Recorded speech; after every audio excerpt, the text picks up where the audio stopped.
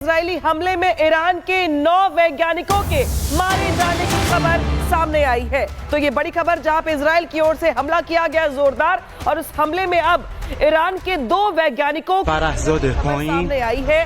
9 परमाणु वैज्ञानिकों के मारे जाने का दावा किया जा रहा है। इजराइल ने मारे गए वैज्ञानिकों के नाम भी जारी किए हैं। तो जिस तरीके से इजराइल की ओर से ईरान के न्यूक्लियर साइट्स पर को टारगेट करते हुए हमला किया गया और दावा ये किया गया कि बहुत सारे साइंटिस्ट भी ऐसे हैं जो मारे गए हैं, तो बाकायदे इजराइल की ओर से साइंटिस्टों के नाम भी जारी किए गए हैं। 9 साइंटिस्ट मारे गए हैं, ये दावा इजराइल की ओर से। तो ये बड़ी खबर आपको बता रहे हैं, बड़ी जानकारी। इजरायली हमले में मारे गए हैं ईरान के 9 वैज्ञानिक मारे गए हैं। और वहीं एक और बड़ी जानकारी मिल रही है, 2 सीनियर ईरानी जनरलों के मारे जाने की पुष्टि हो चुकी है। इजरायली हमले में मारे गए ईरान के वरिष्ठ जनरल, ईरान ने यहाँ पे जो पुष्टि की गई है उनके मारे जाने की, तो ये यहाँ पे खबर सामने आई है जब ईरान के 2 जनरलों के मारे जाने की खबर सामने आई है। इजरायली हमले में मारे गए हैं ईरान के वरिष्ठ जनरल। ईरान ने की है सैन्य अधिकारियों के मारे जाने की पुष्टि। ईरान ने साफ कहा है कि सशस्त्र बलों के जनरल स्टाफ के खुफिया उप प्रमुख जनरल घोलमरेजा मेहराबी और ऑपरेशन के उप प्रमुख जनरल मेहदी रब्बानी की मौत हो गई है। तो ईरान ने यहाँ पे अपने सीनियर ऑफिसर्स के मारे जाने की पुष्टि कर दी है, स्टेटमेंट जारी कर दिया है, नाम भी जारी कर दिए हैं और ये बताया है कि जनरल घोलमरेजा मेहराबी और ऑपरेशन के उप प्रमुख जनरल मेहदी रब्बानी की मौत हो गई है। और इस बीच एक और बड़ी खबर आपको बता दें, ईरान की उमरिया में इजराइल ने मिसाइल अटैक किया है। बड़ी जानकारी, सरफेस टू सरफेस मिसाइल से अटैक कर रहा है Israel. Surface to surface missile attack किया गया है। बड़ी जानकारी, बड़ा अटैक किया गया है ईरान के उमरिया में। इजराइल ने मिसाइल अटैक किया है। मिसाइल नहीं रुक रहा है, नहीं थम रहा है, लगातार मुंह तोड़ जवाब दे रहा है। हालांकि इजराइल ने अब से कुछ देर पहले ईरान से कहा था कि रुक जाओ, समझ जाओ और हमला रोको, अगर नहीं किया तो राख में बदल देंगे। और वहीं पर ये जानकारी, सरफेस टू सरफेस मिसाइल से अटैक कर रहा है इजराइल ने ईरान की उमरिया में इजराइल ने मिसाइल अटैक किया है। इससे पहले हमने आपको दिखाया कि कौन कौन से वो टारगेटेड जगहों पर अटैक किया गया है। लगातार ये वॉर एस्केलेट होती हुई दिख रही है। नामिका, तो जिस तरीके से यहाँ पर हमला किया गया है, तस्वीरें कुछ ऐसी दिखाई दे रही हैं जहां पर मिडिल ईस्ट में तबाही का मंजर दिखाई दे रहा है। आसमान में बारूदी शोले आग लगा रहे हैं। इजराइल की ओर से हमले लगातार जारी हैं। इजराइल ने ईरान पर ऑपरेशन राइजिंग लायन से वार किया, तो वहीं ईरान ने इजराइल के खिलाफ ऑपरेशन ट्रू प्रॉमिस 3 भी लॉन्च कर दिया। दुनिया का हर देश इस जंग को रोकने की कोशिश कर रहा है, लेकिन ईरान और इजराइल दोनों ही पीछे हटने को तैयार नहीं है। आखिर क्यों, ये रिपोर्ट देखिए।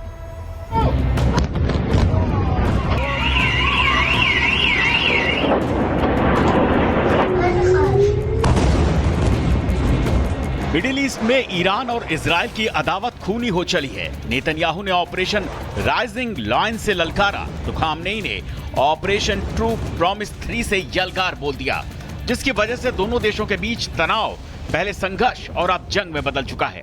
ईरान के राष्ट्र प्रमुख खामनेई ने अब इजराइल को लास्ट वार्निंग दे दी है। ईरान की इजराइल को वार्निंग, इजराइल ने जंग छेड़ दी है। ईरान अपनी कड़ी सुरक्षा करेगा, इजराइल को बख्शा नहीं जाएगा। ईरान इजराइल के हमलों का कड़ा जवाब देता रहेगा। हमले के दोषी मारे जाएंगे। इजराइल अपने अंजाम के लिए तैयार रहे। इजराइल ईरान की इस जंग के बीच 2 इजरायली नागरिकों की जान जाने की खबर है, जबकि कई लोग घायल बताए जा रहे हैं। ईरान के हमले में ग्रेटर तेल अवीव की कई इमारतें ध्वस्त हो गई हैं। इधर इजराइल लगातार ईरान को अपनी ताकत से वाकिफ करा रहा है। इजराइल ने बताया है कि उसके 200 जेट्स ने 330 अलग अलग हथियारों का इस्तेमाल कर शेर की तरह ईरान को पीटा है। पीएम नेतन्याहू ने भी अब कह दिया है कि ईरान नहीं जानता है कि उसने क्या किया है। इसका अंजाम बुरा होगा, क्योंकि ऑपरेशन राइजिंग लायन अभी जारी है। The time has come for you to unite around your flag and your historic legacy by standing up for your freedom from an evil and oppressive regime. Middle east की इस जंगी अदावत को देखते हुए Iran ने America से nuclear deal पर होने वाली छठे दौर की बातचीत को रद्द कर दिया है, जिससे साफ है कि ये जंग अभी लंबी खींचने वाली है। यूएनएससी ने भी इस जंग को देखते हुए आपात बैठक बुलाई है, जिसमें चीन ने ईरान का हाथ थाम लिया है। Bureau report, Republic Bharat. और इस बीच खबर आ रही है जहां पे ईरान के तबरीज में तेल रिफाइनरी पर इजराइल का हमला सामने आया है, जहां पे इजराइल के हमले के बाद धुएं का गुब्बार देखने को मिला है। तो इजराइल की ओर से ईरान के तबरीज में जिस तरीके से रिफाइनरी पर यहां पर अगर बात की जाए तो हमला किया गया है, और इस हमले के बाद आप देख पा रहे तस्वीरों में किस तरीके से आसमान में आपको धुएं का गुब्बार दिखाई दे रहा है। ये तस्वीरें उस वक्त की है जब इजराइल की ओर से तबरीज में तेल रिफाइनरी पर हमला किया गया, और इजराइल का ये बड़ा हमला है जहां पे इजराइल की ओर से बड़ी तैयारी के बाद यहां पर चुन चुन कर निशाने के साथ ही हमला किया जा रहा है। और ये जो हमला देख रहे हैं आप, ये तबरीज में तेल रिफाइनरी पर ये हमला है जहां पे इस हमले के बाद अब आपको आसमान में धुएं का गुब्बार देखने को मिल रहा है। ये आसमान में धुएं का गुब्बार बताने के लिए काफी कि हमला कितना ज्यादा बड़ा है, और चूंकि ये तेल रिफाइनरी है लिहाजा सोचिए कि विस्फोट कितना बड़ा होगा, कितना ज्यादा नुकसान पहुंचा होगा। इजराइल की ओर से यहां पे तैयारी के साथ बड़े हमले किए गए हैं। हालांकि ईरान की ओर से भी चेतावनी दी गई है कि अब जो अगला हमला होगा इजराइल पर वो 2000 बैलिस्टिक मिसाइलों से किया जाएगा। लेकिन उसके पहले ये तस्वीरें हैं ईरान के तबरीज से, जहां पर तबरीज में रिफाइनरी पर हमला किया गया है ईरान के।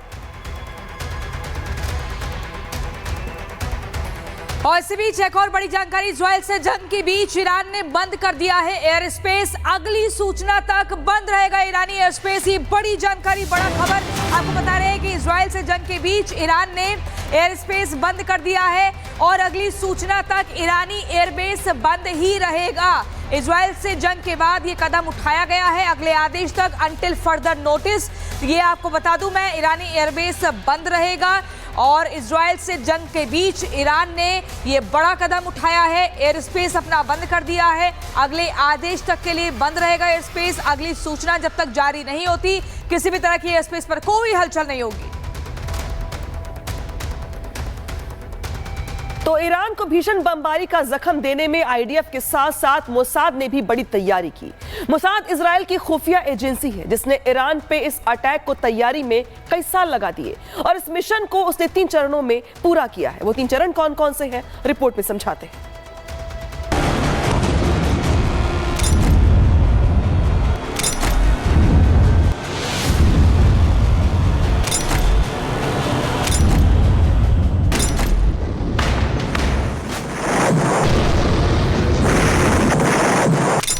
ईरान और इजराइल के बीच अदावत का नया फ्रंट खुल चुका है।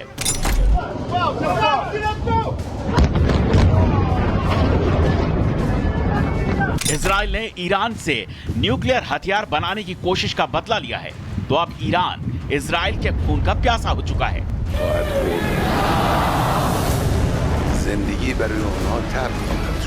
जंगी हथियारों से एक दूसरे पर आग बरसाने का सिलसिला जारी है। ईरान ने भी अपनी जाम कारण मस्जिद में लाल झंडा फहराकर ऑपरेशन ट्रू प्रॉमिस 3 लॉन्च कर दिया है, जो इजराइल के ऑपरेशन राइजिंग लायन का जवाब माना जा रहा है। इजराइल ने ईरान पर जो हमला बोला उसमें इजराइल की सेना, आईडीएफ के साथ साथ उसकी खुफिया एजेंसी मोसाद का भी बहुत बड़ा हाथ है। मोसाद ने ईरान पर इस हमले की तैयारी काफी पहले से की थी।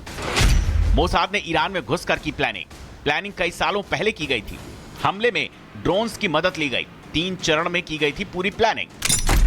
पूरी दुनिया जानती है कि इजराइल की खुफिया एजेंसी मोसाद की ताकत क्या है। मोसाद के एजेंट जब अपने शिकार को टारगेट पर लेते हैं तो फिर वो बिना काम किए नहीं रुकते, और उनका सक्सेस रेट 90% से भी ज्यादा है। ईरान पर भले ही सरहद पार से हमला इजराइल की मिसाइलों ने किया हो, लेकिन ईरान में इस मिसाइलों को घुसने का रास्ता मोसाद के खुफिया एजेंट्स ने किया, जिन्होंने ईरान के राडार और लॉन्चर्स को नष्ट कर दिया। मोसाद के एजेंट्स ने तेहरान में खुफिया ठिकाना बनाया, ड्रोन निर्माण और स्टॉकिंग साइट स्थापित किए। साइट पर छोटे विस्फोटक ड्रोन बनाए गए, ड्रोन्स को छिपा कर रखा गया, ड्रोन्स को स्ट्रेटेजिकल साइट्स पर डिप्लॉय किया गया। डिफेंस सिस्टम, सेम बैटरियों और मिसाइल लॉन्चर्स बेस तक पहुंचे ड्रोन्स इजराइल के हमले से पहले ईरानी राडार और लॉन्चर नष्ट किए।